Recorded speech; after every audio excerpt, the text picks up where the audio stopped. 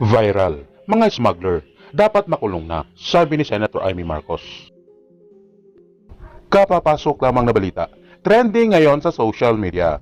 Dapat makulong na ang mga kriminal, smugglers at walang malasakit na pasimuno sa malawakang pagsasabotahe sa agrikultura sa bansa. Ito ang inilabas na pahayag ni Senator Amy Marcos na siyang chair of the Senate Committee on Economic Affairs kasunod ng pagka-postpone ng hearing kaugnay sa smuggling sa agricultural products.